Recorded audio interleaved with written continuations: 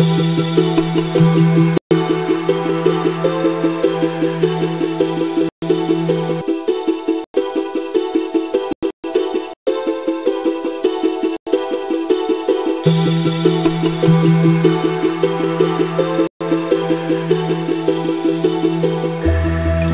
trip of a lifetime experience sa pagpunta mo dito sa Durian Garden at iba pa. Ito ay isang proyekto ng Department of Agriculture at Department of Tourism bilang isa sa ipinagmamalaking agritourism destination ng Philippine Tour Operators Association o PhilTour. Ang Durian Garden at iba pa ay matatagpuan sa National Highway Awas Barangay Sulit, Pulumulo, South Cotabato na pagmamayari ng pamilya ni Dr. Rafael Romero.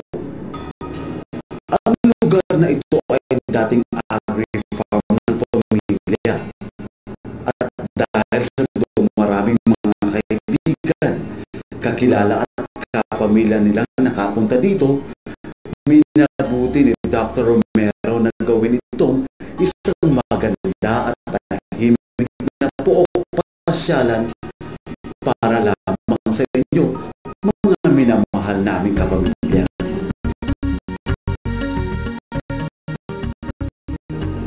Ang 3 ektaryang lupain na ito ay may iba't ibang pananim at estrukturang angko para sa nais bumisita, lalo na gusto nyo makalanghap ng sariwang hangin. Dito kayo ay sigurado makakapag-relax, makakapag-enjoy at malayang makibahagi sa inang kalikasan.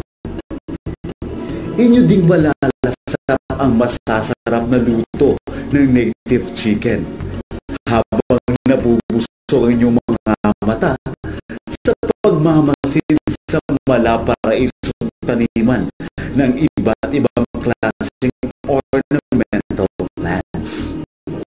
At syempre, hindi rin pahuhuli ang malawak na taniman ng iba't ibang variety ng tinaguriang hari ng mga putas, ang durian.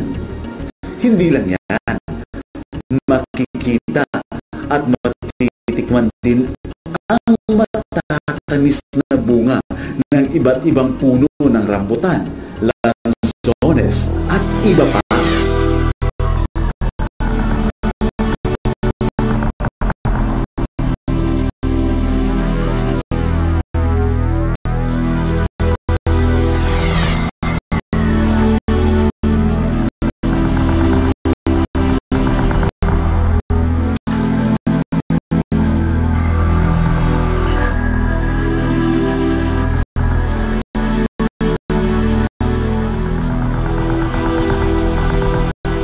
Kulang ang pamamasyal nyo sa Durian Garden at iba pa kung inyong makaligtaang puntahan ang mini zoo.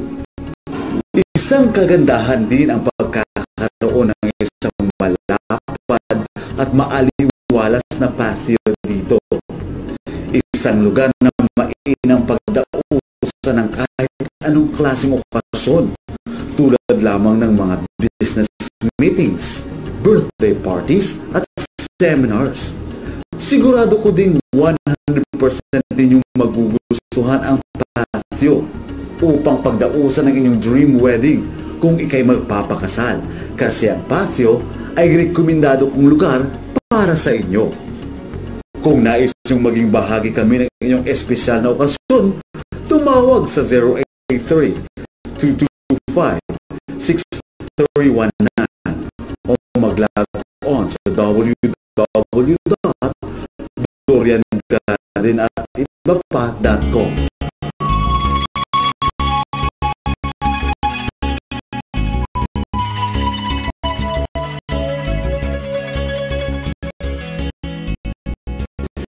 Hindi lang yan mga kapamilya, sinisigurado kong hindi kompleto ang pamamasyal nyo dito sa Durian Garden at iba pa kapag kayo hindi makapasok at masulya pa naman lang ang nagagandahang paru-paro na itinayong butterfly Butterfly Garden ni Dr. Romero.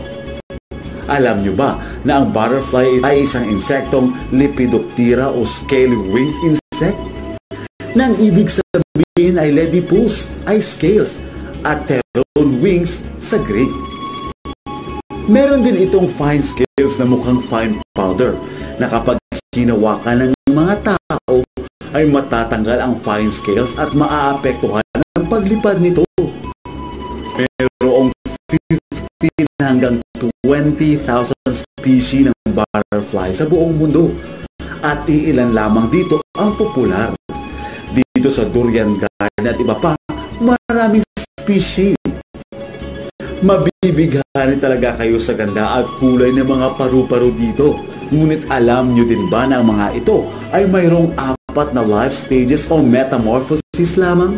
Mula sa itlog na isang fertilized ng mga lalaking paru-paro, meron lamang average na 5 araw mga ito upang maging ganap na caterpillar.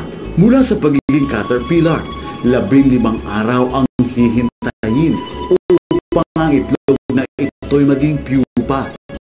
Kumakain ang mga caterpillar ng tremendous amount ng kanilang host plant upang may itatago silang lakas sa pagbuo at magtulog sa kanilang cocoon.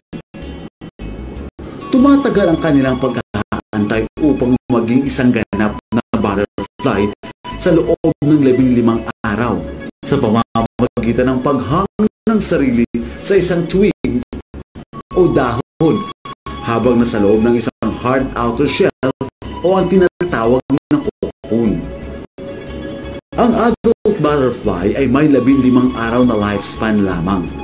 Kumukuha ito ng pagkain mula sa nectar ng mga bulaklak. Depende na rin kung anong species ang naturang butterfly. Bawat species ay mayroong host plant tulad ng Troides radamanthus, isa sa mga pinakamalaking species ng butterfly sa buong mundo. May wingspan ito na umaabot sa 7 inches. Pero isa rin ito sa mga endangered species. Aristolochia vine ang host plant nito. Ang Graphium magamemnon o tail jay o green triangle ay isang species ng butterfly ng host plant. Ay iba't ibang klase ng calamansi at pomelo leaves. Hypolimnas bullina o mas kilalang great egg fly. Kakaiba ang kulay nito kumpara sa ibang species. Kamote leaves naman ang host plant nito. Papiliopolitis romulus o common mormon. Ito'y nasa shallow-tail Papilionidae species. At ang female species nito ay karaniwang naglalabas ng poisonous common rose substance upang protektahan ang sarili laban sa kanyang predator.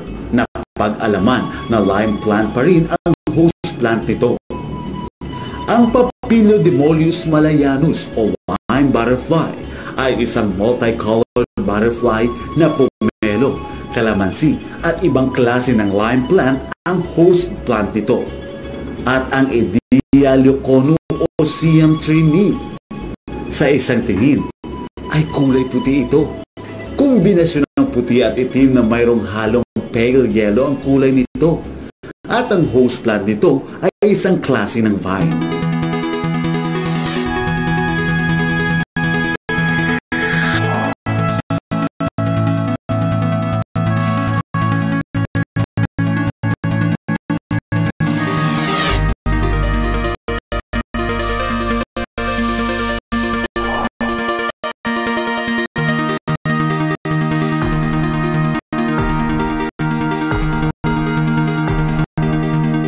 O see, ang ganda talaga ng mga nakikita ninyong butterflies, ano?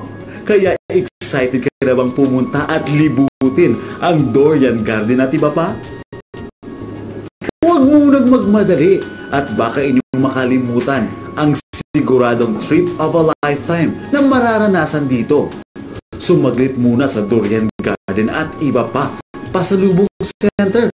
Dahil sa inyo'y nag-aantay ang mga espesyal na novelty items na mamibili mo na sa murang halaga.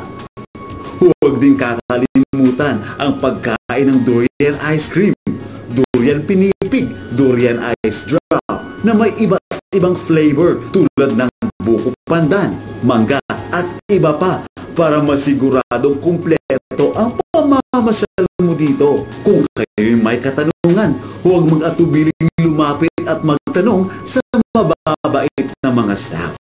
O ano, handa ka na ba para mamasyal at ikutin ang buong 3 ektaryang lupain ng Durian Garden at iba pa? Halina kayo, makisali na sa trip of a lifetime nang matikman ang iba't ibang treat ng Durian Garden at iba pa.